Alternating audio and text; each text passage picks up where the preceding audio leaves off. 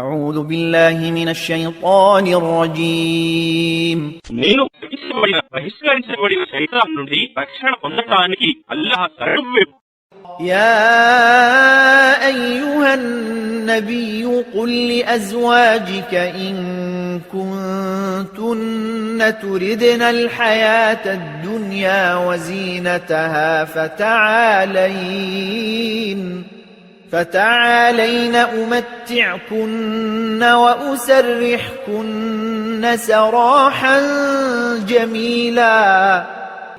ఓ ప్రవక్త, నీవు నీ భార్యలతో ఇలాను, ఒకవేళ మీరు ప్రాపంచిక జీవితాన్ని మరియు దాని శోభను కోరుతున్నట్లయితే రండి, నేను మీకు తప్పక జీవన సామాగ్రినిచ్చి మిమ్మల్ని మంచి పద్ధతిలో విడిచిపెడతాను.